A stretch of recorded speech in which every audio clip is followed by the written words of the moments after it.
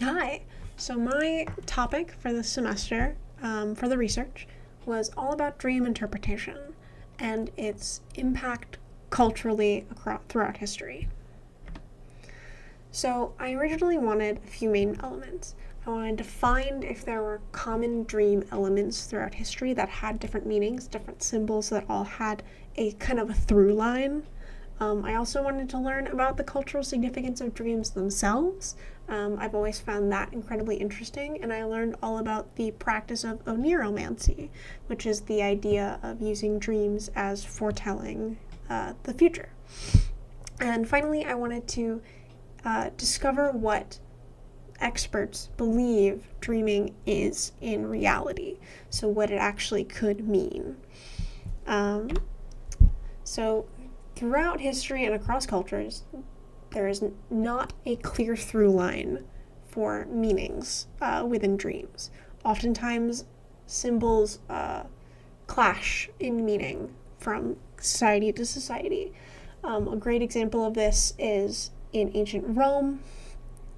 Reading was believed to be a boon or a negative connotation.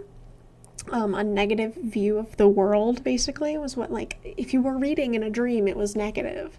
But in the direct ancestor of the Byzantine culture, they viewed it as a positive. They viewed it as a very wise and thought-provoking aspect of dreaming. So obviously you're a wise person with a lot to think about, basically. So that's just a quick example.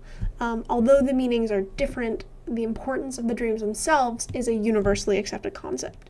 Every culture that I have found that has been studied views dreaming equally important and acknowledges the relevance that they can have in a prophetic nature, traditionally, and in a more modern sense, for a societal benefit, basically. My audience for this project has been pretty clear from the beginning. I have two main audiences: anthropologists who are focusing on the importance of dreams and who want that cross-cultural kind of representation and interplay, and those generally interested in the esoteric or the mysticism of dreams. People who enjoy a little bit of the spooky, foretelling nature of dreams and what they could mean. Both aspects of my audience are interested in the interplay of dreaming and cultural relevance, so it feels like a good combination of the two. So for both my text-based and my image-based project, I kept them in mind. I think my audience for both of them leans more into simply those interested in the esoteric and mysticism, but I think anthropologists would look at what I'm doing and understand what I'm doing. So for my text-based project, I was really inspired by the inherent mysticism of dreams when I wrote the short story. So I wanted to show the outside effects that environment can have on dreaming, because there were several noted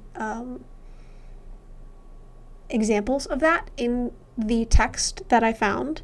I wanted to discuss record keeping throughout cultures, and I wanted to discuss some of the kind of most prominent theories about archetypes of things within dreams. And then for my image-based project, I really liked the idea of these universal elements kind of burning into your psyche. So I used a lot of common dream elements, such as, water, birds, the shadow man, death, the sky. I used elements of that to show meaningful imagery kind of burning into your psyche. And that is the gist of my project. Thank you so much.